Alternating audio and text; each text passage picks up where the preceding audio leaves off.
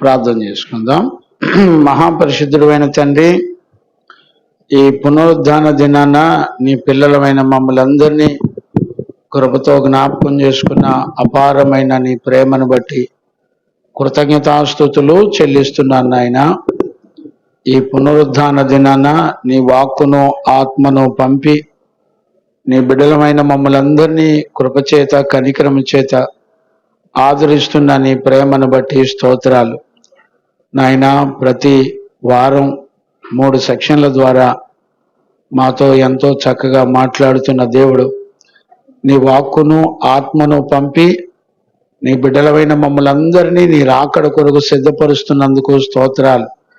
1 యోహాను పత్రిక 2వ అధ్యాయం 18వ వచనం నుంచి 27 వరకు ఉన్నటువంటి విషయాలు నాయనా మీరు మాకెంతో చక్కగా బోధిస్తున్న తండ్రివి. నా తండ్రి, ఈ దినాన్ని కూడా నీ వాక్కును ఆత్మను పంపి మమ్మల్ని అందరినీ దర్శించి మీరు మాట్లాడినందుకు స్తోత్రాలు నాయనా. నీ వాక్యం వెల్లడవుతూ ఉండగానే చీకటి గల ప్రతి ప్రాంతములో వెలిగించున్నట్లుగా కృప దయచేయండి. పరిశుద్ధుడు అయిన తండ్రి, నీ వాక్కును గ్రహించుకోవడానికి కృప దయచేయండి. చూచే కన్నులు మాకు దయచేయండి, వినే చెవులను మాకు అనుగ్రహించండి నాయనా. మా మనోనేత్రాలు వెలిగించి నీ ప్రజలతోనూ నాతోనూ మీరు మాట్లాడండి నాయనా.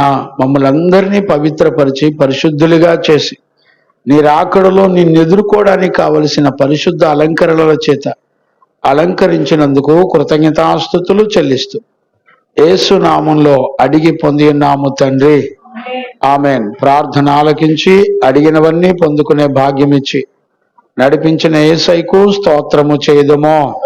స్తోత్రం స్తోత్రం స్తోత్రం స్తోత్రం స్తోత్రం. తండ్రి, కుమార, పరిశుద్ధాత్మ దేవునికి స్తోత్రము చేయుదుము. స్తోత్రం స్తోత్రం స్తోత్రం స్తోత్రం స్తోత్రం. ఆమేన్. మంచిది నాన్న. మనందరం కూడా 1 యోహాను పత్రికలో మనందరం ధ్యానం చేసుకుంటా ఉన్నాము. 1 యోహాను పత్రిక చాలా అద్భుతమైన పత్రిక. మనం ఇంచుమించుగా ఇది 22వ సెక్షను. 2వ అధ్యాయంలో మనం 18వ వచనం నుండి 27 వచనాల వరకు మనం ధ్యానం చేసుకుంటున్నాం. ఇందులో ఇది 3వ సెక్షన్. అంటే ఇప్పటికే 18వ వచనంలో నుండి 27 వచనాల్లో ఏం జరుగుతుంది అనే విషయాలు ఇప్పటికే మనందరికీ కూడా అర్థమై ఉంటుందని నేను అనుకుంటున్నాను. ఇందులో యోహాను సంఘంతో మాట్లాడడాన్ని మనం చూడొచ్చు. సంఘము అనంటే మనం అనుకున్నట్టుగా ఎంతమంది వచ్చి కూడుకొని ఉంటే అంతమంది సంఘం అని కాదు. సంఘము అని ఎవరిని అంటామంటే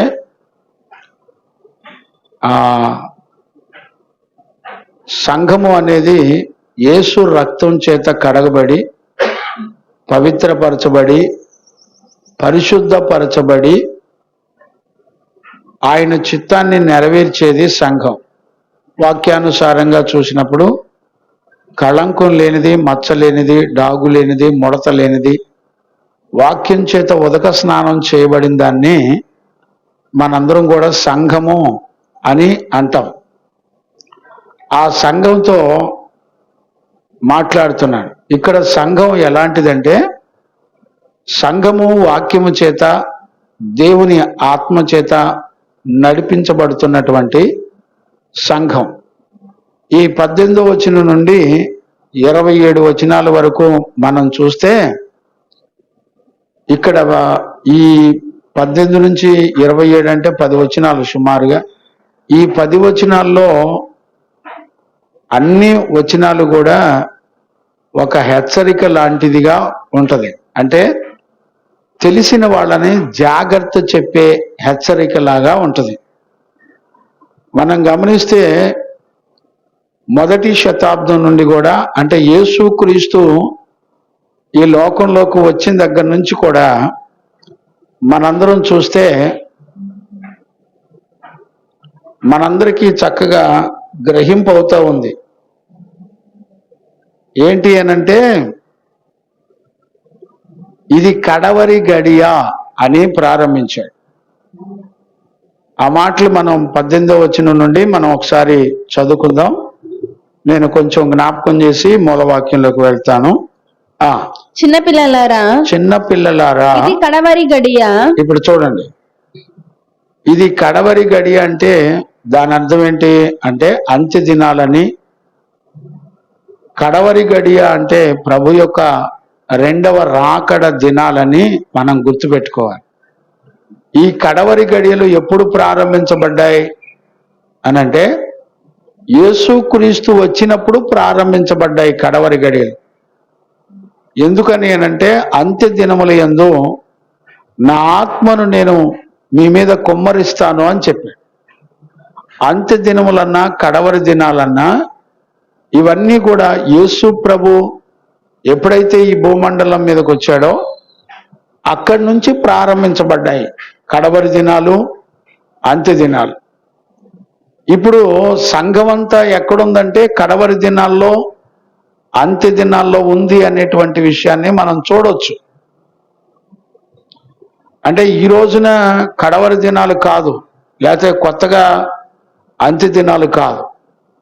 యేసు ప్రభు పుట్టినప్పుడే ఆయన అంత్య దినములలో మన మధ్య ప్రత్యక్షపరచబడెను అని హెబ్రీ పత్రిక 1వ అధ్యాయం 1వ వచనాల్లో ఉంటాయి. మీరు కావాలంటే 2 మాటలు చదువునాను, లేకపోతే హెబ్రీ పత్రిక పూర్వకాలమందు నానా సమయములలోను నానా విధములుగాను ప్రవక్తల ద్వారా మన పితరులతో మాట్లాడినటువంటి దేవుడు ఈ దినముల అంతమందు, ఇప్పుడు చూడండి, ఈ దినముల అంతమందు కుమారుని ద్వారా మనతో మాట్లాడెను. చూడండి, కుమారుని ద్వారా మనతో మాట్లాడెను. ఆయన కుమారుని సమస్తమునకును వారసునిగా నియమించెను. దేవునికి మహిమ కలుగును గాక. చూడండి, అంత్య దినములలో, కడవరి దినములలో కుమారుని ద్వారా మనతో మాట్లాడాను. చూడండి, చాలా మంది ఈ అంత్య దినాల్లో మోసపోయేది ఎక్కడంటే కుమారుడే దేవుడు అనే మాట చాలా మంది నమ్మేవాళ్ళు లేరు. ఆయన మొదటి సృష్టి అన్నట్లుగా సృష్టిలో యెహోవాయే దేవుడు, ఆయన యేసుక్రీస్తును మొదటి సృష్టిగా సృష్టించెను అని రాయబడింది. మీకు వ్యక్తిగతంగా నేను చెప్పాల్సిన మాట ఏంటంటే ఏ సృష్టి కూడా దేవుని యొద్దకు మనల్ని నడిపించే సామర్థ్యం లేదు. సృష్టించబడింది ఏది కూడా దేవుని యొద్దకు మనల్ని నడిపించే సామర్థ్యము లేదు. మరలా చెప్తున్నాను,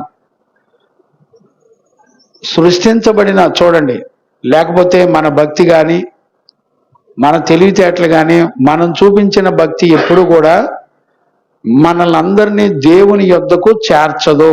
ఆ సామర్థ్యం లేదు.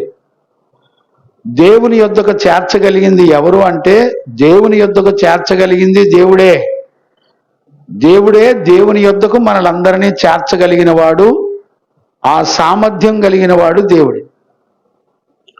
అందుకనే ఈ రోజున యుద్ధం అంతా కూడా ఎక్కడ జరుగుతుంది అని అంటే చాలా మందికి గ్రహింపు లేకుండా జరుగుతున్న మోసాన్ని మనం గుర్తుపట్టాలి. అందుకనే మనం ఇక్కడ 1 యోహాను పత్రిక 2వ అధ్యాయంలో 26వ వచనాన్ని కూడా చదవండి నాన్న. మిమ్మలను మోసపరుచు వారిని బట్టి ఈ సంగతులు మీకు వ్రాసి ఉన్నాను. చూడండి, నేనేమంటానంటే మనందరం రక్షించబడ్డాం, విశ్వాసులమే, దేవుని పిల్లలం, మనందరం కూడా మందిరానికి వెళ్తున్నాం, సహవాసానికి వెళ్తున్నాం, అన్నీ బాగున్నాయి. కానీ దేవుని వాక్యం చెప్పినట్లుగా మనం గమనించవలసింది ఏంటంటే దేవుని పిల్లలైన మనల్ని కూడా మోసపరిచే వాళ్ళు ఉన్నారు అని గుర్తుపట్టాలి. నేనేమంటానంటే, అయ్యగారు నేను గుడికి వెళ్తున్నాను, నేను బాప్తిసం తీసుకున్నాను, నేను రక్షించబడ్డాను, నేను క్రమం తప్పకుండా ఆరాధనకి వెళ్తున్నాను, బల్లలో చేవేస్తున్నాను, దశమ భాగాలు లేకపోతే దేవునికి ఇవ్వాల్సిన కానుకలు ఇస్తున్నాను, నేను బాగున్నాను పాస్టర్ గారు అంటే మిమ్మల్ని మీరే మోసం చేసుకుంటారు. యోహాన్ ఏమంటాడంటే మనలను మోసపరిచే వాళ్ళు కొందరు ఉన్నారు. అంటే విశ్వాసులను మోసపరిచే వాళ్ళు ఉన్నారని వాక్యం చెప్తుంది. దేవుని దైవజనుడిగా నేను చెప్తున్నటువంటి మాట ఏంటంటే మనం చేసే భక్తిని బట్టి ఎప్పుడూ కూడా మనం కాపాడబడతాం అనేది భ్రమ.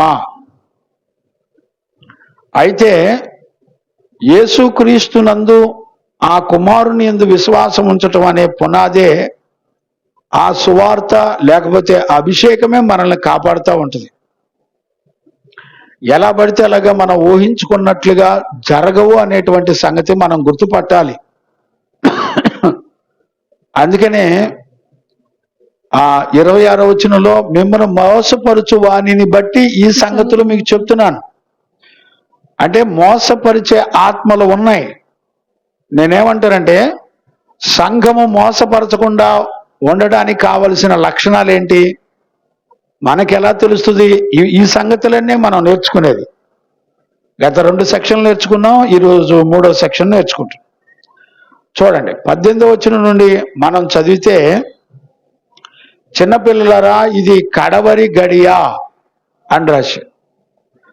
ఈ కడవరి గడియ ఎప్పుడు ప్రారంభించబడిందంటే యేసుక్రీస్తు పుట్టినప్పటి నుంచి మరలా ప్రభు రెండవ రాకడ వచ్చే వరకు ఈ కడవరి గడియలలోనే సంఘం అంతా ఉంది. అంటే అర్థం ఏంటి?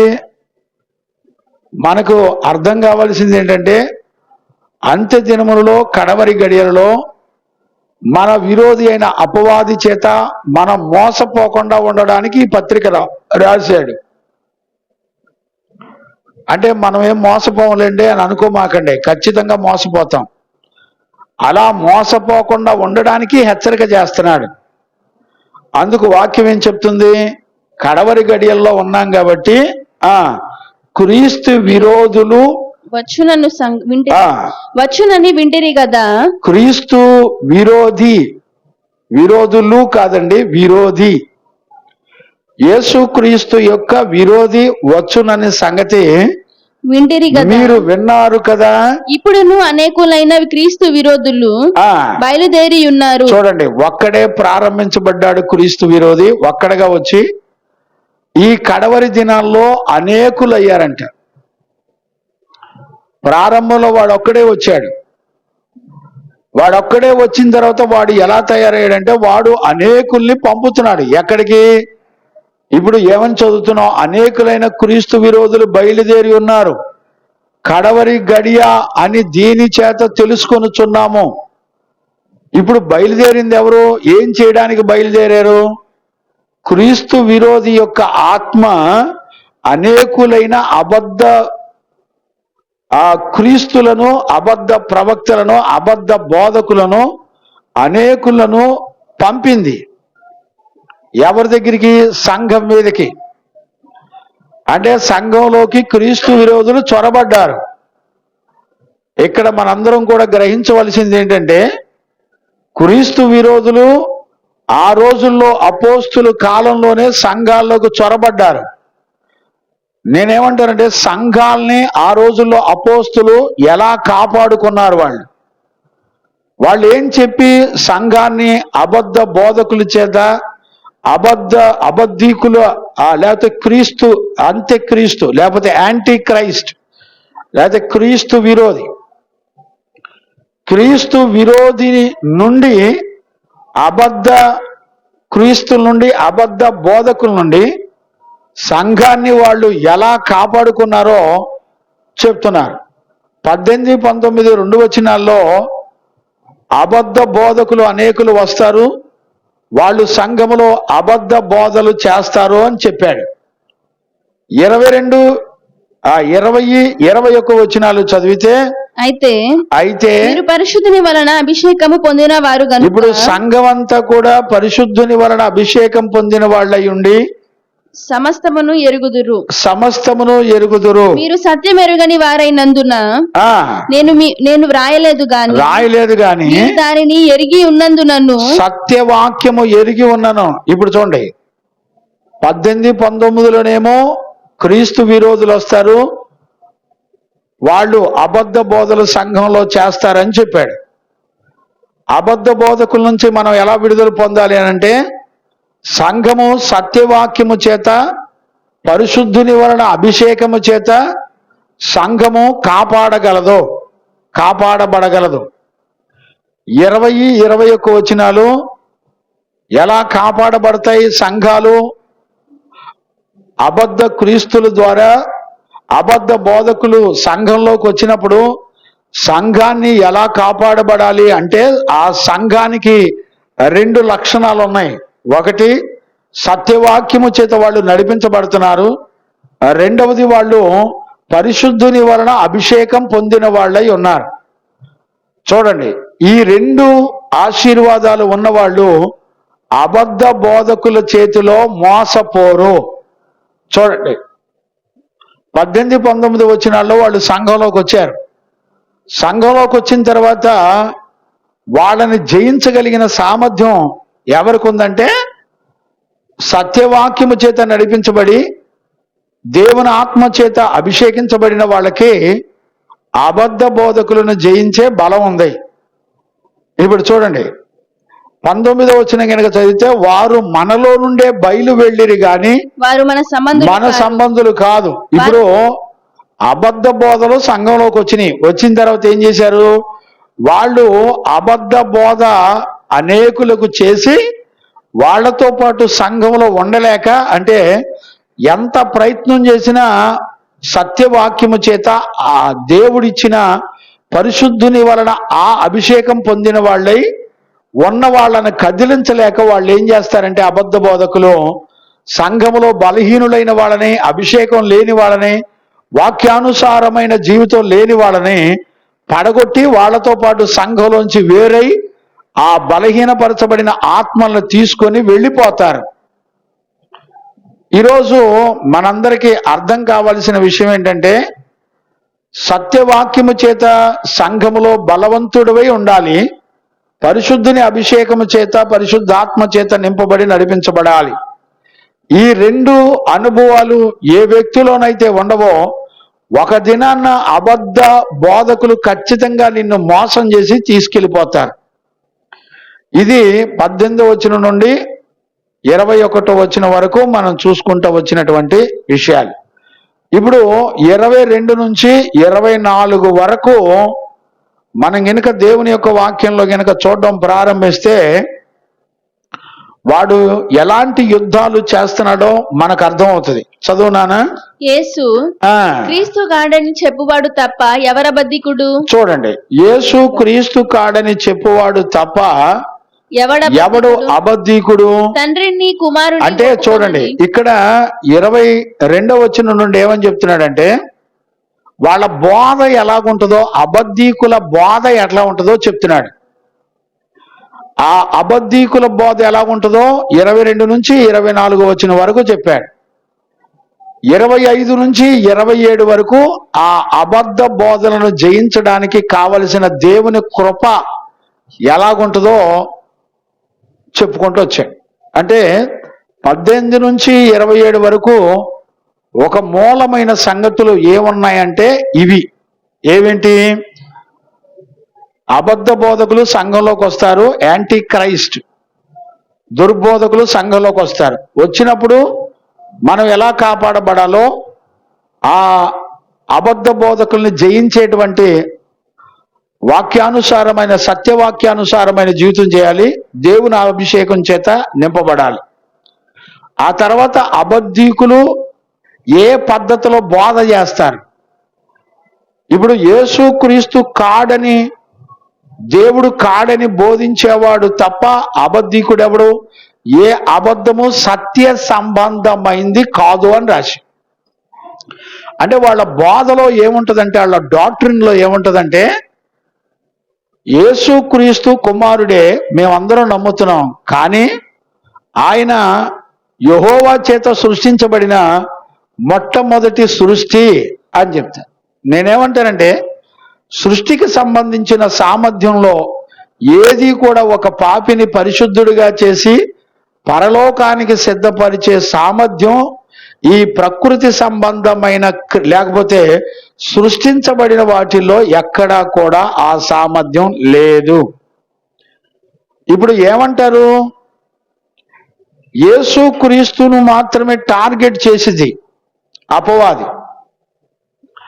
అంటే ఏ విషయాలు వాళ్ళు చెప్తారంటే యేసుక్రీస్తు కుమారుడే కానీ ఆయన దేవుడు కాదు అని చెప్తారు. మనకు దేవుడు ఒక్కడే, యెహోవా ఒక్కడే మనకు దేవుడు అని చెప్తారు. ఎప్పటికే మీరు సోషల్ మీడియాలో చూసుంటారు, చాలా బోధలు, ఒకటి కాదండి, 99% ఆయన కుమారుడే గాని ఆయన రక్షించబడ్డానికి మనకు ఉపయోగపడతాడే గాని అసలు దేవుడు మాత్రం యెహోవాయే. అందుకు మనందరికి బాగా తెలుసు యెహోవా సాక్షులు, తల్లి సంఘం అని, ఇట్లా చాలా దుర్బోధలు. ఇప్పుడు కాదండి, మొదటి శతాబ్దంలోనే ఇవన్నీ కూడా వచ్చినట్టుగా మనం పరిశుద్ధ లేఖనాల్లో చూడగలుగుతున్నాం. దేవునికి మహిమ కలుగునుగాక. Praise the Lord. అందుకనే ఇక్కడ మనం కొంచెం వెనక్కి వెళ్ళి 15, 16, 17 కూడా ఒకసారి చదివితే ఆ 2వ అధ్యాయంలో మొదటి యోహాను పత్రిక 2వ అధ్యాయము 15, 16 వచనాలు కూడా చదివితే అక్కడ లోకమునైనను లోకములో ఉన్న వాటినైనను మీరు ప్రేమింపకుడి, ఎవడైనను లోకమును ప్రేమించిన ఎడల తండ్రి ప్రేమ వానిలో ఉండదు. చూడండి, తండ్రి ప్రేమ వానిలో ఉండదు అని చెప్తున్నాడు. లోకానికి సంబంధించినటువంటి వాటి విషయాల్లో దేవుని ప్రేమ ఉండదు అని పక్కాగా చెప్తున్నాడు. ఇవన్నీ మనం ధ్యానం చేసుకున్నాం. లోకములో ఉన్నదంతా కూడా అనగా శరీరాశయు, నేత్రాశయు, జీవపు డంబమును తండ్రి వలన పుట్టినవి కావు, లోక సంబంధమైనవే. ఇవన్నీ కూడా లోక సంబంధమైనవే. లోకమును దాని ఆశయు గతించిపోవుచున్నవి గాని దేవుని చిత్తమును జరిగించువాడు నిరంతరమును నిలుచును. చూసారా? అంటే ఇక్కడ మనం టార్గెట్ అంతా ఎలాగుంటదంటే ఏ విధము చేతనైనా అపవాది యేసుక్రీస్తును దేవుడుగా అంగీకరించకుండా మనల్ని ఎలా మోసం చేయాలో అలా ప్రయత్నాలు చేస్తుంది. మొట్టమొదటి దాని ప్రయత్నాలన్నీ కూడా లోకాన్ని, లోక ఆశలను చూపిస్తుంది. ఇప్పుడు చూడండి, మనల్ని మోసం చేయడంలో మొట్టమొదట అపవాది మనలో ఉన్నటువంటి సెల్ఫ్ థింకింగ్, అంటే మన స్వనీతిని బట్టి మనం దేవుని విషయాల్లో ఎక్కువగా మోసగించబడతాం. ఏంటా స్వనీతి? దేవుడు తన వాక్కు ద్వారా, అభిషేకం ద్వారా నీకిచ్చే ఆశీర్వాదాన్ని బట్టి నువ్వు జయించవు. ఇప్పుడు మనల్ని మోసం చేస్తున్న అపవాది ఏం చేస్తుందంటే లోకాన్ని చూపిస్తుంది, లోక పద్ధతులు చూపిస్తుంది, లోకంలో జరిగే అద్భుతాలు చూపిస్తుంది. యాంటీ క్రైస్ట్ కూడా ఎన్నో అద్భుతాలు చేస్తాడని 2వ తెస్సలోని పత్రిక 2వ అధ్యాయం అంతా కూడా అపోస్తులు ఆ దినాల్లో ఎలా అద్భుతాలు చేశారో, సూచక్రియలు చేశారో, మహత్కార్యాలు చేశారో అవన్నీ కూడా సేమ్ అలానే అంత్య దినాల్లో అపవాది కూడా, లేకపోతే యాంటీ క్రైస్ట్ కూడా, అంత్యక్రీస్తు కూడా, అబద్ధ బోధకులు కూడా అలా అద్భుతాలు, సూచక్రియలు, మహత్కార్యాలు చేస్తారని చాలా సందర్భాల్లో మత్తయి సువార్త 24వ అధ్యాయంలో కూడా యేసు ప్రభువే స్వయంగా తన నోటితో చెప్పినటువంటి విషయాలు చాలా ఉన్నాయి. ఈరోజు మనందరం గమనించి సిద్ధపడవలసింది ఏంటంటే మొట్టమొదట వాక్యాన్ని నమ్మనీయకుండా మన స్వనీతిని నమ్మేటట్టు దానికి ప్రూఫ్లన్నీ కూడా లోక ఆశలన్నీ చూపిస్తుంది. చూడండి, పలానా సేవకులు చూడండి, పలానా పాస్టమ్మ గారు చూడండి, వాళ్ళు లిప్టిక్లు వేసుకున్నారు, వాళ్ళు చక్కగా పట్టు చీరలు కట్టుకున్నారు, వాళ్ళు చైన్లు వేసుకున్నారు, వాళ్ళు వెండి బంగారాలు అలంకరించుకున్నారు. వాళ్ళ భూ సంబంధమైన మనుషులు వాళ్ళ ఆశల్ని చూపించి మనల్ని కూడా అలా బతకమని ప్రేరేపిస్తూ ఉంటుంది అపవాది. దాని ఇష్టాలకు దాని ఆలోచనలకు, లోక సంబంధమైన పద్ధతుల యొక్క ఆలోచనలకు మనల్ని ఆకర్షించి బానిసలుగా చేసి సాతాను ఏం చేస్తుందంటే లోకం యొక్క నటన, అంటే దేవుని బిడ్డల్లాగా నటిస్తూ మనలను అపవాది స్వనీతి చేత మనలను మోసం చేస్తూ ఉంటుంది. మనకు నచ్చిన జీవితం చేసేటట్టు లోక పద్ధతులన్నీ చూపించి మోసం చేస్తుంది. నేను దైవజనుడిగా మీకు చెప్పేది అదే. మన స్వనీతి ద్వారా మొట్టమొదటి అపవాది ఈ లోకాన్ని ఉపయోగించి, లోక పద్ధతులను ఉపయోగించి, లోక సంబంధమైన ఆచారబద్ధమైన పద్ధతులన్నీ ఉపయోగించి మనలను మోసం చేస్తూ ఉంటాడు. ఆ విషయాలన్నీ కూడా మనం మార్కు సువార్తలో 7వ అధ్యాయంలో కనుక చదివితే, చదవన్నానా? మార్కు సువార్త 7వ అధ్యాయం 6వ వచనం నుంచి చదువు, లేకపోతే 9వ వచనం నుంచి చదువునానా? అందుకైన వారితో ఇలాగూ చెప్పెను, ఈ ప్రజలు పెదవులతో నన్ను గణపరచుదురు గాని, ఈ ప్రజలు నన్ను పెదవులతో గణపరచుదురు గాని వారి హృదయము నాకు దూరముగా ఉన్నది. చూడండి, ఈ లోకం యొక్క పద్ధతులు ఎప్పుడైతే సంఘములోకి దుర్బోధకుల చేత ఆకర్షించబడ్డారో, సత్యవాక్యం యొక్క అనుభవం కన్నా వీళ్ళకి లోక సంబంధమైన వాటిని అనుసరించడంలో వీళ్ళు మోసగించబడి నడిపించబడతారు. కంటిన్యూ చేయనా? వారు మానవులు కల్పించిన పద్ధతులు, చూడండి, సంఘములో మానవుల చేత కల్పించబడిన పద్ధతులు, దేవోపదేశములని బోధించు, ఇదే వాక్యం చెప్తుంది అని బోధించి నన్ను వ్యర్థముగా ఆరాధించుదురు. చూడండి, నన్ను వ్యర్థంగా ఆరాధిస్తారు అని దేవుని యొక్క వాక్యం చెప్తుంది. నానా సాకర్చు చేయరు. ఇప్పుడు చాలా జాగ్రత్తగా అర్థం చేసుకోండి.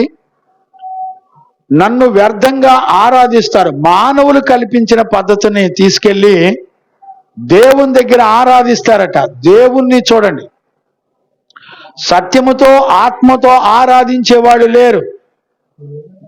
అవసరం లేదు, కూర్చో అక్కడ.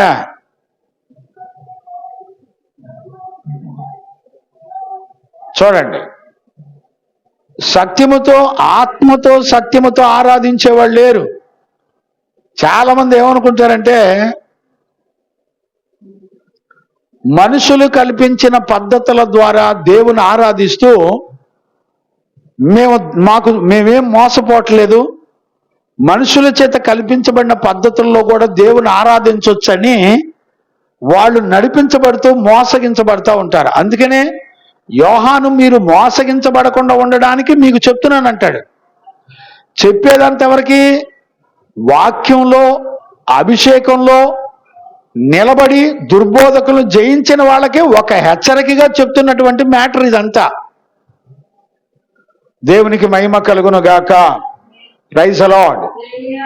అందుకనే మనం గమనించవలసినటువంటి అతి ప్రాముఖ్యమైనటువంటి విషయాలు, మానవ కల్పితమైంది దేవుని సత్య సంబంధమైన అభిషేకము ఆత్మచేత నింపబడిన అనుభవాల కంటే మానవుల చేత కల్పించిన పద్ధతి ద్వారా దేవుని చేరొచ్చు, లేకపోతే ఇలా చేసి కూడా మనం దేవుని యొద్దకు చేరొచ్చు అని కల్పించబడిన బోధలు ఇప్పుడు కాదండి, యెషయా ఉన్న దినాల్లో నుండే ఉన్నాయండి. ఈరోజు ఈ పునరుద్ధాన దినాన మనం ఎంత సులువుగా మోసగించబడుతున్నాం అనేది మనం గుర్తుపట్టాలి. అక్కడ కంటిన్యూ చేయనా? అని వ్రాయబడినట్టు వేషధారులైన మిమ్ములను గూర్చి యెషయా ప్రవచించినది సరియే. యెషయా ప్రవచించినది సరియే. మీరు దేవుని ఆజ్ఞను విడిచిపెట్టి, చూడండి, ఇక దేవుని ఆజ్ఞతో వీళ్ళకి ఏం పని లేదు. మనుషుల పారంపర్య ఆచారమును గైకొనుచున్నారు. చూసారా? మనుషుల పారంపర్య ఆచారాలు, మానవ పద్ధతుల ద్వారా కల్పించబడిన పద్ధతుల ద్వారా మనం దేవుని యొద్దకు చేరొచ్చు, మనం దేవుని ఆరాధించవచ్చు. మనం దేవుని వాక్యం నీకు అర్థం కాకపోయినా, సత్యవాక్యం యొక్క అనుభవం నీకు లేకపోయినా, పరిశుద్ధాత్మ అభిషేకం పరిశుద్ధుని వలన పరిశుద్ధాత్మ చేత అభిషేకం పొందకపోయినా నీ మనసు ఏమంటదంటే మనుషుల చేత కల్పించబడిన పద్ధతుల ద్వారా దేవుని యొద్దకు చేరొచ్చు. ఇదే మోసపరుచు ఆత్మ.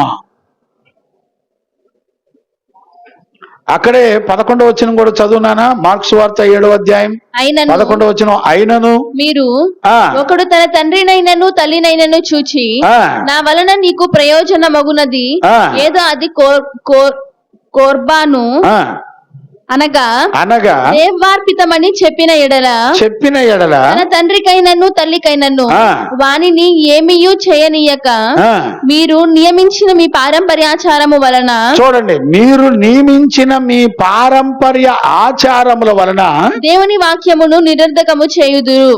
వీళ్ళకి ఏం అక్కర్లేదు, సత్యవాక్యము అక్కర్లా, సత్యవాక్యంతో పనేం లేదు. మరి వీళ్ళకేం అవసరం? వీళ్ళకేం అవసరం అంటే మనుషుల చేత కల్పించబడిన పద్ధతుల చేతనే వీళ్ళు నడిపించబడతారు. అలా నడిపించబడినప్పుడు వాక్యమును అణిచివేస్తారంట. మళ్ళీ చదువున ఆ మాట కింద, మీరు నియమించిన మీ పారంపర్యాచారము వలన, మీరు నియమించిన పారంపర్య ఆచారముల వలన దేవుని వాక్యమును నిరర్ధకము చేయుదురు. చూడండి, దేవుని వాక్యం ప్రకారంగా బతికితే మనం బతకలే ఈ లోకంలో. వాక్యానుసారంగా బతికితే ఏ ప్రయోజనం మనకు లేదు అని చెప్తారు. ఇప్పుడు చెప్పండి,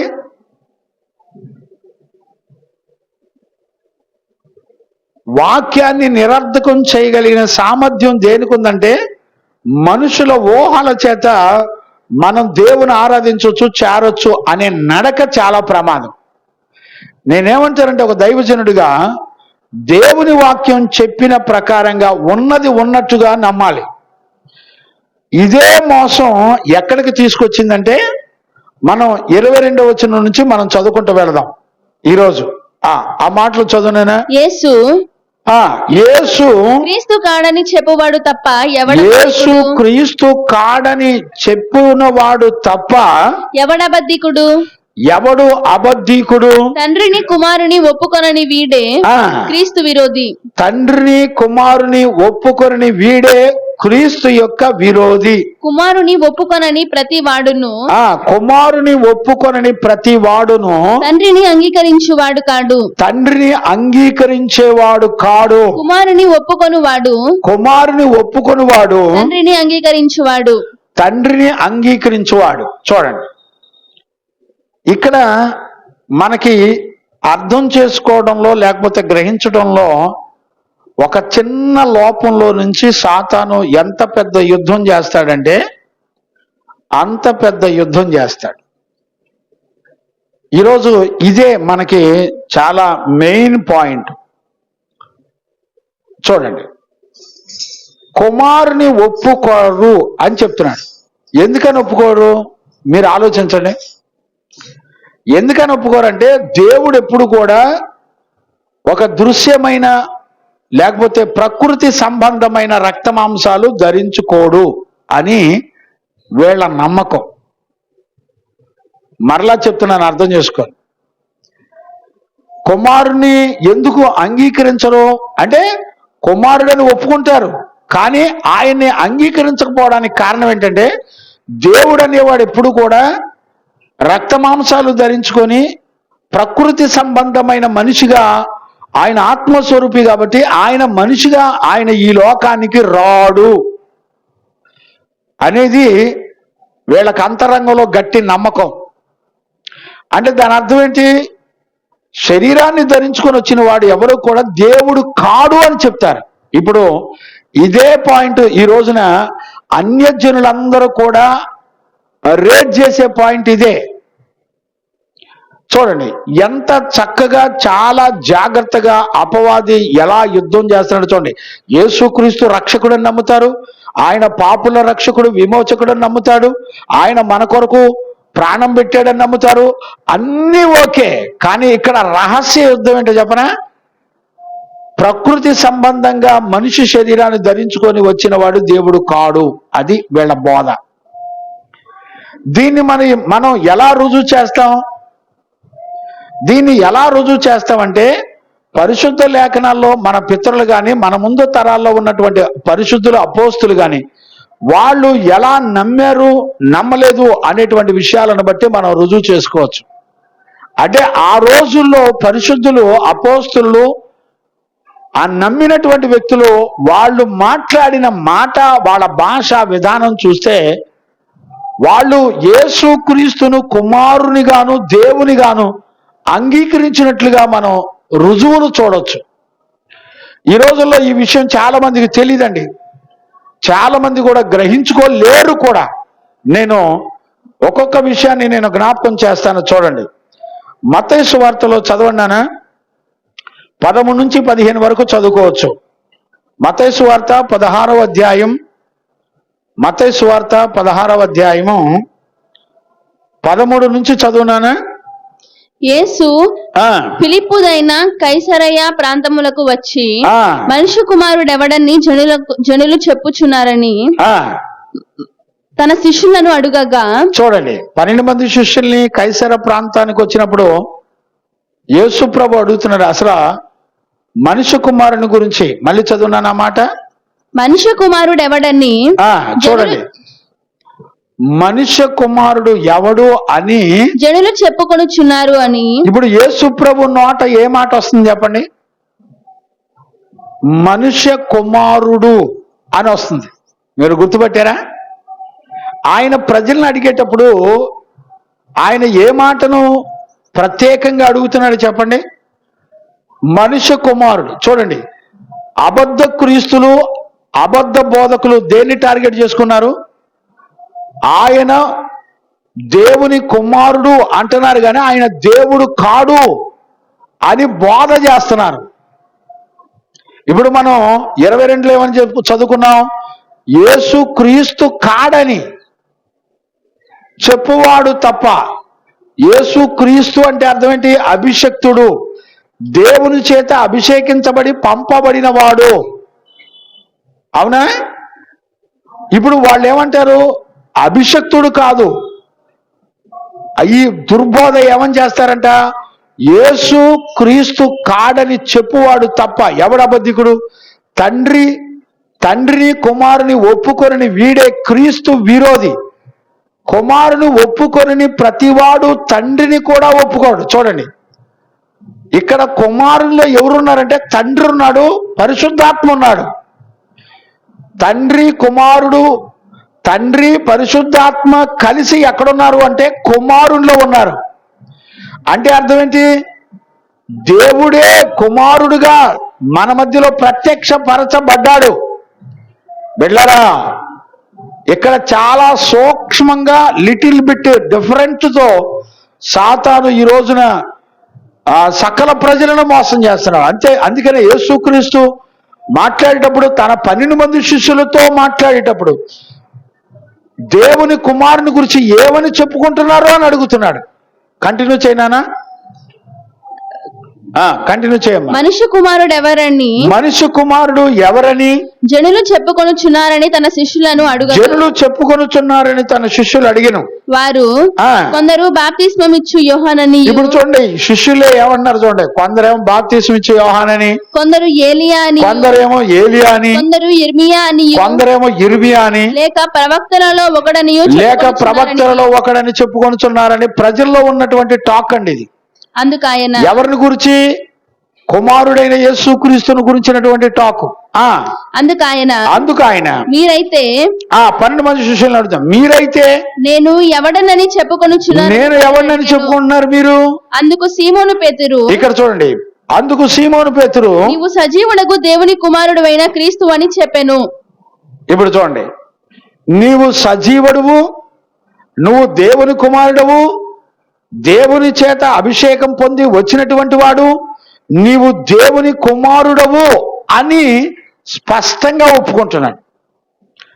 మరి ఇప్పుడు ఉన్నటువంటి దుర్బోధలేంటి? క్రీస్తు దేవుని కుమారుడు కాదు. చూసారా? ఆ దుర్బోధలో ఉన్నటువంటి చాలా లిటిల్ బిట్ డిఫరెంట్ ని ఇక్కడేమో వీళ్ళు ఒప్పుకుంటున్నారు. ఒప్పుకునేటప్పుడు వాళ్ళకున్నటువంటి సామర్థ్యం ఏంటో చెప్పనా? చూడండి, మొదటి యోహాను పత్రికలోనే 4వ అధ్యాయం 2-3 వచనాలు చదవండి, మీకు అర్థమవుతుంది. యేసుక్రీస్తు చూడండి, యేసుక్రీస్తు శరీరధారి అయి వచ్చానని ఏ ఆత్మ ఒప్పుకొనునో దేవుని సంబంధమైనది, వాడు దేవుని సంబంధమైనది. అది ఆత్మ యేసును ఒప్పుకొనదో, ఏ ఆత్మ యేసుక్రీస్తును ఒప్పుకొనదో అది దేవుని సంబంధమైనది కాదు. అది దేవుని సంబంధమైనది కాదు. దీనిని బట్టి దేవుని ఆత్మను మీరు ఎరుగుదురు. ఇప్పుడు చూడండి, ఇప్పుడు దీనిని బట్టి దేవుని ఆత్మను ఎరుగుదురు. చూడండి, దేవుని ఆత్మ చేత తండ్రి, ఇందాక మనం చదివాం, తండ్రి కుమారుల్లో ఏకమై ఉన్నామని అనేక వాక్యాలు ఉన్నాయి. నేను తండ్రి యందును తండ్రి నా యందును ఉన్నారని మీరు ఎరిగి ఉంటే నన్ను చూచిన వాడు నా తండ్రిని చూచినట్టే. అంటే అర్థం ఏంటి? ఆయన శరీరధారి అయి ఈ లోకంలోకి వచ్చినప్పటికీ కూడా మనం క్రీస్తు శరీరధారి అయి వచ్చానని ఏ ఆత్మ ఒప్పుకునేటప్పుడు ఆత్మ ఒప్పుకోవాలంట. అంటే అర్థం ఏంటి? ఏ వ్యక్తి అయితే పరిశుద్ధాత్మ చేత నింపబడతాడో, సత్యవాక్యము చేత నడిపించబడతాడో, సత్యవాక్యము యొక్క అనుభవ జ్ఞానము చేత నడిపించబడతాడో ఆ వ్యక్తి మాత్రమే యేసుక్రీస్తు దేవుడు, అభిషక్తుడు అని ఒప్పుకున్నటువంటి ఆత్మ. ఇప్పుడు అర్థమైందా? అంటే దుర్బోధ అనేది ఏంటి? అభిషేకం, పరిశుద్ధుని వలన అభిషేకం పొందకుండా, సత్యవాక్యాన్ని నమ్మకుండా, వాళ్ళ స్వనీతి చేత నడిపించబడుతున్నప్పుడు వాళ్ళు ఖచ్చితంగా యేసుక్రీస్తును దేవుడుగా అంగీకరించరు. ఎందుకంటే ఈ లోకంలో దేవుని సంగతుల్ని ఒప్పింపచేసి దేవుని సంగతుల్ని అంగీకరించేటట్టు చేసేదే పరిశుద్ధాత్మ. ఇప్పుడు చూడండి, రోమాపత్రిక 5వ అధ్యాయం చదవండి నాన్న. 4-5 వచనం చూడండి. 5:5 చదవండి పోని. రోమాపత్రిక 5వ అధ్యాయం 5వ వచనం. ఎందుకనగా ఈ నిరీక్షణ మనలను సిగ్గుపరచదు. ఈ నిరీక్షణ మనల్ని అన్నడూ కూడా సిగ్గుపరచదు. మనకు అనుగ్రహింపబడిన పరిశుద్ధాత్మ ద్వారా. ఇప్పుడు చూడండి, మనకు అనుగ్రహించబడిన పరిశుద్ధాత్మ ద్వారా దేవుని యొక్క ప్రేమ మన హృదయములలో కుమ్మరింపబడి చూడండి. దేవుని గురించిన సంగతులన్నీ కూడా మన హృదయంలో ఒప్పింప చేసేది పరిశుద్ధాత్మ ఒక్కడే. అందుకని చూడండి, ఈ జీవ గ్రంథం అంతా ఎవరు రాశారంటే ఆత్మ చేత రాయబడింది.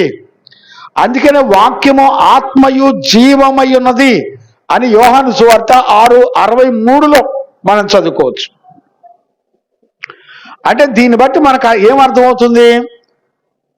దేవుని లేఖనములు ఆ పరిశుద్ధాత్మ ద్వారా రాయించబడినప్పుడు ఈ లేఖనాల్లో ఉన్న దేవుని సంగతులన్నీ కూడా నీకు బోధించి అర్థమయ్యేటట్టు నిన్ను నడిపించగలిగింది ఎవరు అంటే పరిశుద్ధాత్ముడు మాత్రమే.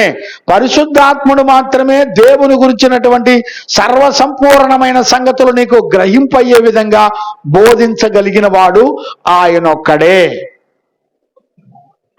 అంటే ఇప్పుడు అర్థం ఏంటి? ఏ వ్యక్తి అయితే సత్యవాక్యం యొక్క అనుభవ జ్ఞానముతో ద్వారా నడిపించబడుతూ పరిశుద్ధాత్మ ఇచ్చిన అభిషేకం ద్వారా నడిపించబడకపోతే అతడు యేసుక్రీస్తు శరీరధారి వచ్చిన దేవుడు అని అంగీకరించరు. ఇవాళ కాకపోతే తర్వాత కాలంలోనైనా మీరు మోసపోతారు ఖచ్చితంగా. ఈరోజు మనం ఖచ్చితంగా గ్రహించవలసింది ఇదే. అంటే ఏ వ్యక్తి కూడా పరిశుద్ధాత్మ అభిషేకం పొందకపోతే ఆ వ్యక్తి యేసుక్రీస్తు దేవుడు అని వాళ్ళు ఒప్పుకోరు. తండ్రి వేరు కుమారుడు వేరు అని డివైడ్ చేస్తారు. కానీ వాక్యం ఏం చెప్తుందంటే, శిష్యులు ఏం చెప్తున్నారంటే, అయ్యా నీవే దేవుని కుమారుడు. చూడండి, యేసుక్రీస్తు మాట్లాడేటప్పుడు ఆయన కుమారుని గురించి ప్రజలేమనుకుంటున్నారు అంటాడు. 12 మంది శిష్యులు మాట్లాడేటప్పుడు నీవు దేవుని కుమారుడు అని మేము నమ్ముతున్నాం అని అంటారు. మరొక మాట నేను జ్ఞాపకం చేస్తాను చూడండి. యోహాను సువార్తలో 1వ అధ్యాయం 14 వచనం చదువునా? 14-18 వచనాలు చదవండి. ఆ వాక్యము శరీరధారి ఆ వాక్యము శరీరధారి అయి కృపా సత్య సంపూర్ణుడిగా మన మధ్య నివసించెను. మన మధ్యలో నివసించెను. తండ్రి వలన కలిగిన అద్వితీయ కుమారుని, చూడండి, తండ్రి వలన కలిగిన ఏ కుమారుడంట? అద్వితీయ కుమారుని. అద్వితీయ అంటే ఇద్దరు కానివాడు, ఒకే ఒక్కడు. మనం నిన్న శనివారం ఉపదేశంలో కూడా మనం విన్నాం, ఒకే ఒక్క దేవుడు, ఒక్కడే దేవుడని నమ్మని ప్రతి వాడు విగ్రహముల తట్టు తిరిగిపోతాడు. వాని ప్రార్థన దేవుడు అంగీకరించడని నిన్న దినాన మనం దేవుని యొక్క వాక్యంలో చదువుకున్నాం. ఇప్పుడు కూడా చూడండి, ఆ శరీరధారి వచ్చిన వాడు ఎవరంటే అద్వితీయుడు. అంటే ఇద్దరు కాని దేవుడు, ఒకే ఒక్క దేవుడు. ఆ ఒక్క దేవుడు వాక్యమై ఉన్న దేవుడు. మరి ఎలా అర్థం చేసుకుంటున్నారో నాకు తెలియదు. ఈరోజు ఇదంతా మనకి తెలిసిందే, నేను ఫాలో అవుతున్నాను అనుకోమాకండి. అభిషేకం లేకుండా, వాక్యం యొక్క అనుభవ జ్ఞానం లేకుండా, ఈ రెండు అనుభవాలు లేకుండా ఉంటే ఏదో ఒక రోజు నువ్వు దేవుని నమ్మానని చెప్పినా కూడా ఏదో ఒక రోజున దుర్బోధలు నీ దగ్గరకు వచ్చినప్పుడు ఖచ్చితంగా యేసుక్రీస్తు దేవుడు కాదని ఖచ్చితంగా నీ మనసు మార్చుకొని మోసగించబడతావు. అలా మోసగించబడకుండా ఉండడానికే ఇక్కడ మనకి యోహాను ద్వారా దేవుని ఆత్మ హెచ్చరిక చేస్తుంది. దేవునికి మహిమ కలుగును గాక. అక్కడే చదువునాను, అద్వితీయ దేవుడు, అద్వితీయ కుమారుని మహిమ వలె. చూడండి, అద్వితీయ అంటే ఇద్దరు కాని కుమారుడు. చూసారా? నిజంగా ఆ లేఖనాలు ఎంత స్పష్టంగా దేవుని ఆత్మ మాట్లాడుతుంది. మళ్ళీ చదువునైనా చక్కగా అందరికి అర్థమవుద్ది. ఆ వాక్యము శరీరధారి, ఆ వాక్యము శరీరధారి అయి కృపా సత్య సంపూర్ణుడిగా. కృపా సత్య సంపూర్ణుడు ఎవరంటే దేవుడు ఒక్కడే సంపూర్ణుడు. ఎన్నో సందర్భాల్లో మనం చూడొచ్చు వాక్యంలో, సువార్తల్లో, మీరు సంపూర్ణుడైన వారిని మేము వెంబడిస్తున్నాడు. ఎవరు అంటే సంపూర్ణుడు దేవుడు ఒక్కడే కదా సంపూర్ణుడు అని రాయబడింది. కృపా సత్య సంపూర్ణుడిగా మన మధ్య నివసించెను. కృపా సత్య సంపూర్ణుడిగా మన మధ్యలో నివాసం ఉన్నాడు. తండ్రి వలన కలిగిన అద్వితీయ కుమారుని మహిమ వలె. అద్వితీయ కుమారుని మహిమ వలె మనము ఆయన మహిమను కనుగొంటిమి. మనము ఆయన మహిమను కనుగొంటిమి. యోహాను ఆయనను గూర్చి సాక్ష్యమిచ్చుచు. దేవునికి మహిమ కలుగును గాక. 18వ వచనం కూడా చదువునానా?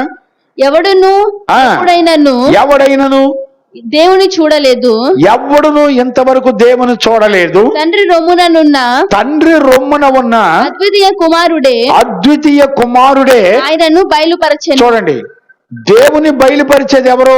కుమారుడే. కుమారుని చూస్తే తండ్రిని చూసినట్టే. అంటే అర్థం ఏంటి? తండ్రే కుమారుడుగా శరీరధారి అయి వాక్యమై ఉన్న సత్య సంబంధమైన వాక్యముగా ఆత్మగా మన మధ్యలో నివాసం ఉండెను. ఈ రోజుల్లో ఈ వాక్యాన్ని నమ్మేవాళ్ళు ఎవరు లేరండి. దీన్ని విడగొట్టి మోసం చేసే యాంటీ క్రైస్టులు ఎప్పుడో మొదటి శతాబ్దంలోనే, అంత్య దినములోనే, కడవరి దినాల్లోనే, ప్రభు వచ్చిన దినాల్లోనే వచ్చేసాడు వాడు. సంఘాల్లోకి అనేక మంది దుర్బోధకులను పంపించి సత్యవాక్యాన్ని సరిగా నమ్మని, అభిషేకం పొందని ప్రతి ఒక్కరిని మోసం చేసి ఎత్తుకెళ్ళిపోతున్నాడు. దేవునికి మహిమ కలుగును గాక. Praise the lord.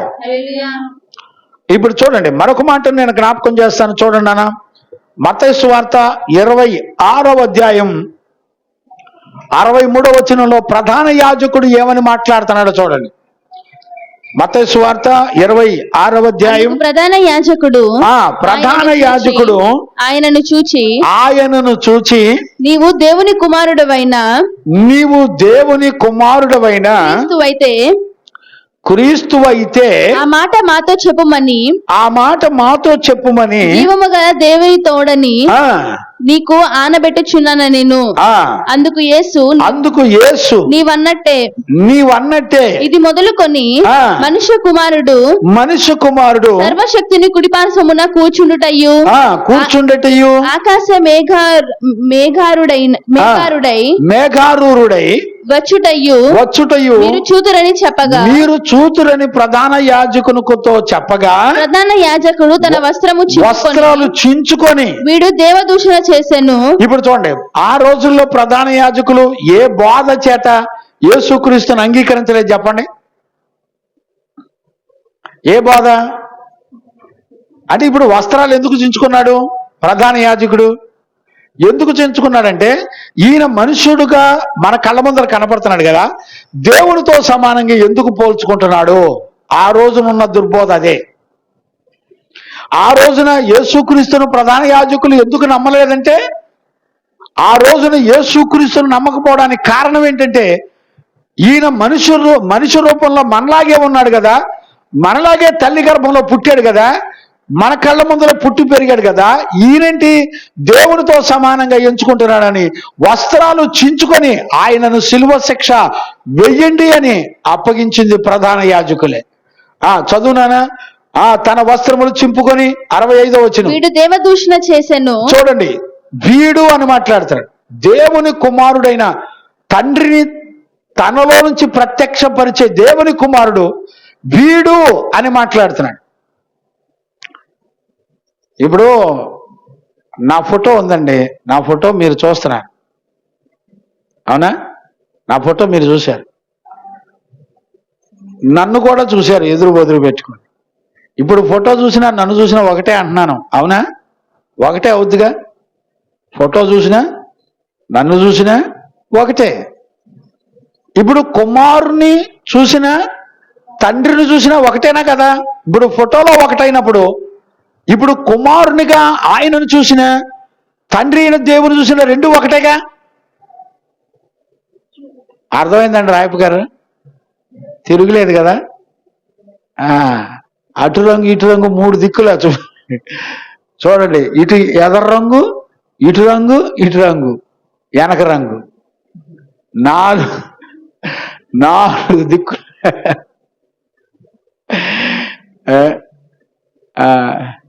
గుంటూరు వెళ్ళిన తర్వాత రూపం మారిపోయింది చూసావా? ఇప్పుడు చూడండి, నేనేమంటానంటే, ఫోటోలో చూసినా న్యాచురల్గా నన్ను చూసినా ఒకటే, అలానే యేసుక్రీస్తుని చూసినా తండ్రిని చూసినట్టే అని చెప్తున్నప్పుడు ఇంకా తండ్రి వేరు కుమారుడు వేరు అని ఎలా చెప్పగలుగుతున్నావు? ఇప్పుడు ప్రధాన యాజకుడు ఎందుకు వస్త్రాలు చుచ్చుకున్నాడు? దాన్ని కంటిన్యూ చేయనా? 65వ వచనం, తన వస్త్రములు వీడు దేవదూషణ చేసెను. వీడు దేవదూషణ చేసెను. మనకిక సాక్షులతో పని, మనకిక సాక్షులతో పనేంటి? ఇదిగో ఈ దూషణ మీరిప్పుడు విన్నారు, ఈ దూషణ మీరిప్పుడు విన్నారు కదా, మీకేమి తోచుచున్నదని అడిగాను. అందుకు వారు వీడు మరణమునకు పాత్రుడనిరి. అప్పుడు వారు ఆయన ముఖము మీద ఉమ్ము వేసి ఆయనను గుద్ది కొందరు ఆయనను అరచేతులతో కొట్టిరి. క్రీస్తు నిన్ను కొట్టువాడెవడో ప్రవచింపుమనిరి. చూసారా నాన్న? యేసు ప్రభు పుట్టి పెరిగి ఆయన తండ్రి నన్ను చూస్తే తండ్రి చూసినట్టే అని చెప్పినప్పుడు ఆ రోజుల్లోనే ప్రధాన యాజకులు దేవదోషం చేస్తున్నారని ఒప్పుకోవాలి. ఇప్పుడు అక్కడ పనిచేసిన ఆత్మ ఈ రోజున అంత్య దినముల యందు ఈ మనసు విపరీతంగా పెరిగిపోయింది. మీరు సోషల్ మీడియాలో చూడండి, ఎక్కడ చూసినా ఇవే బోధనలు. ఒకప్పుడు కుమారుడే దేవుడని ఒప్పుకున్నటువంటి సేవకులు ఈ రోజున మారిపోయి, మీకు విచిత్రం చెప్పనా? రీసెంట్గా చూశానండి, ఒక అద్భుతమైన ప్రసంగికుడు, పేరు చెప్పనంలే బాగోదు, మీటింగ్ ప్రాంగణంలోకి వెళ్ళి మీటింగ్లు అక్కడ స్టేజ్ బల్ల కడతారు కదండి, స్టేజ్ బల్లకు ఎక్కేటప్పుడు ఒక అన్యజనుడి కంటే నా కళ్ళతో నేను చూశానండి, ఆ మెట్టుల్ని ఇట్ట ముక్కుతున్నాడు. అన్యజనులు అంటారు కదండి ఇలాగా, అలా మెట్టుల దగ్గరికి వచ్చి ఆ బలిపీఠం ఎక్కేటప్పుడు ఆ మెట్టుల్ని ఇట్టంటే ఆడంటున్నాడని పక్కన అసిస్టెంట్లు ఇద్దరు ఉన్నాడు, అటో కూడా ఇటో ఒకడం. వాళ్ళిద్దరు కూడా ఏం చేస్తున్నాడు సార్, వాళ్ళిద్దరు కూడా పాస్టర్ గారు అన్నాడని చెప్పి ఈడు కూడా అంటున్నాడు ఇట్ట. వీళ్ళంట మళ్ళీ వీళ్ళ ప్రసంగికులని పిలిచి బలిపీఠం మీద ఎక్కించి వాక్యం చెప్పించుకొని వేల మంది ప్రజలు ఆ స్టేజ్ చూస్తే భయం వేసింది. మన ఇబ్రహీంపట్నం ఎస్ఐ గారు పెట్టాడు చూడు, అంతకు డబల్ పెట్టాడు. ఆ మీటింగ్లో వాక్యం చెప్పడానికి వచ్చిన పాస్టర్ గారు తంతుది.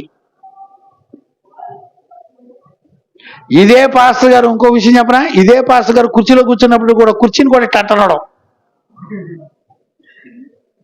అడే భలే అద్భుతం కదా రాయప్ప గారు.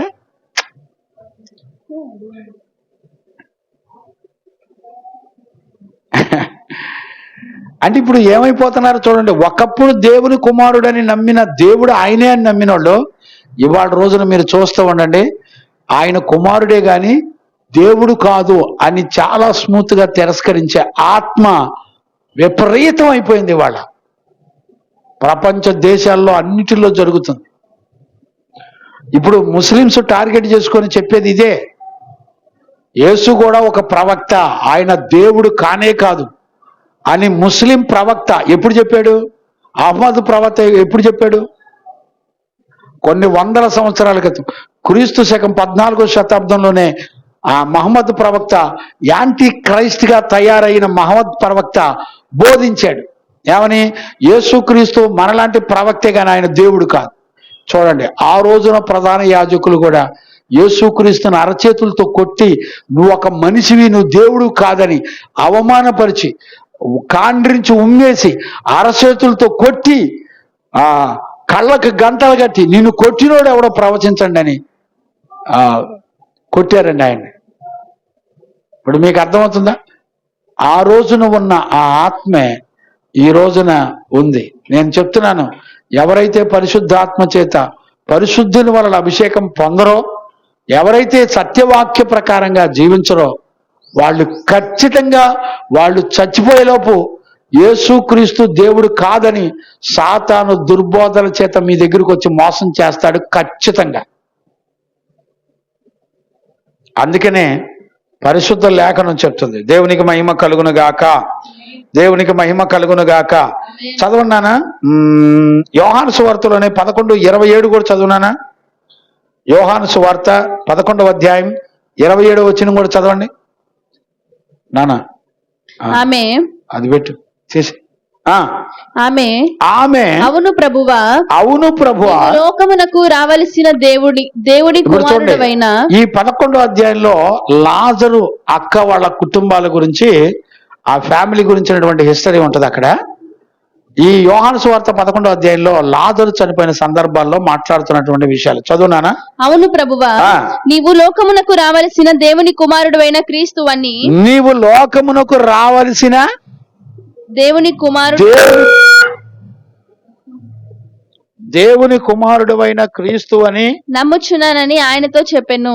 నమ్ముచున్నానని ఆయనతో చెప్పెను. ఆమె ఈ మాట చెప్పి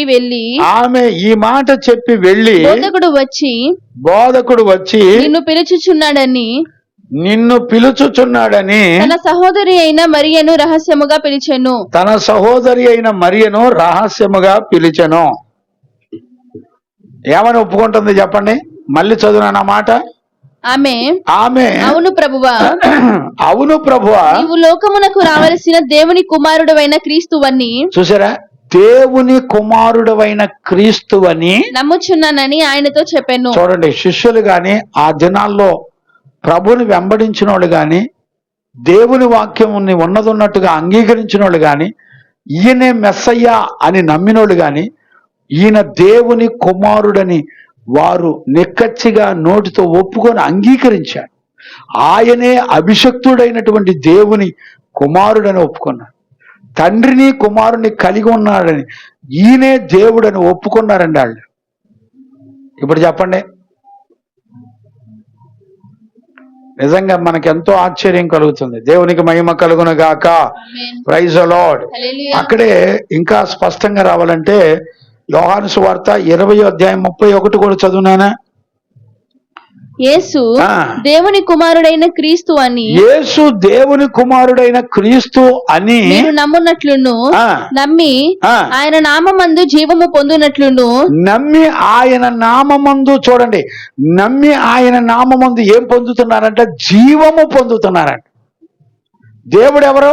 జీవము గల దేవుడు అని రాయబడం. అవునా? మృతులను సైతం సజీవులుగా లేపేటువంటి జీవము గల దేవుడు అని రాయబడింది. దేవునికి మహిమ కలుగును గాక. Praise the Lord. హల్లెలూయా. మళ్ళీ ఒకసారి చదువున నా మాటని. యేసు దేవుని కుమారుడైన క్రీస్తు అని. చూడండి, యేసు దేవుని కుమారుడైన క్రీస్తు అని మీరు నమ్మునట్లును నమ్మి ఆయన నామమందు జీవము పొందునట్లును ఇవి రాయబడెను. అంటే యోహాను ఏమని చెప్తున్నాడు? ఈ వాక్యాలన్నీ కూడా యేసు క్రీస్తు దేవుని కుమారుడు అని నమ్మునట్లుగా రాయబడ్డాయి అంట ఈ వాక్యాలు మొత్తం. అంటే బైబిల్లో నువ్వు ఏ వాక్యం తీసుకున్నా ఆయనే దేవుని కుమారుడైన అభిషక్తుడు, ఆయనే దేవుడు అని నువ్వు నమ్మేటట్లు ఈ లేఖన గ్రంథాలన్నీ కూడా రాయబడ్డాయి. ఇప్పుడు చెప్పండి, అంటే ఈ లేఖనాలన్నీ కూడా దాని గురించి రాయబడితే యేసు దేవుని కుమారుడు కాదని దుర్బోధల చేత రేపొద్దున రాబోయే దినాల్లో పూర్తిగా సంఘాలు మారిపోతాయి. ఒక దైవజనుడు గనక దండాలు పెట్టి కుర్చీలకి మెట్లకి దండాలు పెట్టి అన్ని జనుడు పద్ధతులను ఫాలో అవుతూ సేవ చేస్తున్నవాడు బొచ్చెడు మంది ఉన్నారు. గుర్తుపట్టేవాళ్ళు లేరు. నేను అందుకే దైవజనుడిగా మిమ్మల్ని బ్రతిమలాడుతున్నాను. ఎంత చక్కటి స్టేట్మెంట్ చూడండి. అసలు ఈ జీవ గ్రంథంలో రాయబడిన వాక్యాలు మొత్తం యేసు దేవుని కుమారుడని నువ్వు నమ్మునట్లుగా రాయబడ్డాయి అంటండి. ఏ వాక్యం చదివినా నమ్మబుద్ధి అవుతుందంట. ఇదే సత్య సంబంధమైన ఆత్మ. పరిశుద్ధుని వలన అభిషేకం పొందిన సంఘం యాంటీ క్రైస్ట్ వచ్చి యేసు దేవుని కుమారుడు కాదని 100 ప్రసంగాలు చేసిన సత్యవాక్యము చేత నడిపించబడుతూ పరిశుద్ధాత్మ చేత అభిషేకం పొందిన వాడు ఎవ్వడూ కూడా మరి మారరు అనే సత్యాన్ని మనం చూడొచ్చు. అందుకనే ఒక తండ్రిగా దైవజనుడిగా నేను మీ అందరికీ చెప్తున్నాను. మూలవాక్యం చదువునానా? ఆ మూలవాక్యం 2 మాటలు చదువు ముగిస్తున్నాను. 24 నుంచి చదువునానా? అయితే మొదటి నుండి దేనిని వింటిరో. ఇప్పుడు చూడండి, మొదటి నుండి ఇప్పుడు ఇవన్నీ ఎక్కడి నుంచి విన్నారు? మొదటి నుండి దేనిని గురించి విన్నారో అది మీలో నిలవనీయుడి. అది మీలో నిలబడనివ్వండి. మీరు మొదటి నుంచి వినినది మీలో నిలిచిన ఎడల మీరు కూడా కుమారుని యందును తండ్రి యందును నిలుతురు. చూసారా? కుమారుని యందును తండ్రి యందును మీరు నిలుచుంటారు. అంటే తండ్రి కుమారుడు ఒక్కటే. మీరు వాళ్ళిద్దరి యందు మీరు నిలుచుంటారు. నిత్య జీవము అనుగ్రహించునన్నది నిత్య జీవం అనుగ్రహించునన్నది ఆయన తానే మనకు చేసిన వాగ్దానం. ఆయన తానే మనకు చేసిన అంటే ఇప్పుడు 24 నుంచి ఏమని ఉంటదంటే 27 వరకు ఏ సువార్త మొదటి నుంచి మీరు విన్నారో ఆ సువార్త, మీరు పొందిన అభిషేకం, ఈ రెండు దేవుణ్ణి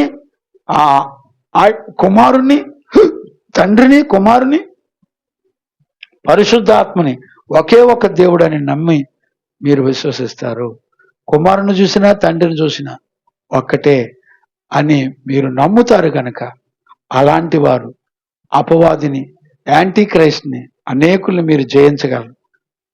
ఇదే పత్రికలో, మొదటి యోహాను పత్రికలో 4 సార్లు యోహాను చెప్తాడండి, క్రీస్తు విరోధి, క్రీస్తు విరోధి, క్రీస్తు విరోధి. కనుక ఈ రోజున మనం నమ్మాం, మనం బాగున్నాంలే అనుకోవద్దు.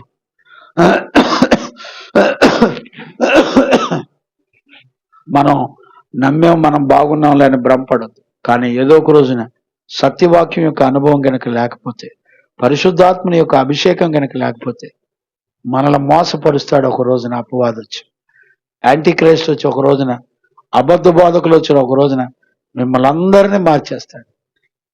అలా కనుక ఒకవేళ నమ్మకుండా చనిపోతే నరకానికి వెళ్ళిపోతాయి. కాబట్టి ఉదయకాలంలో అలా కాకుండా మనందరూ రక్షించబడడానికి ప్రభు తన ఆత్మను మనందరికి అనుగ్రహించి నడిపించును గాక.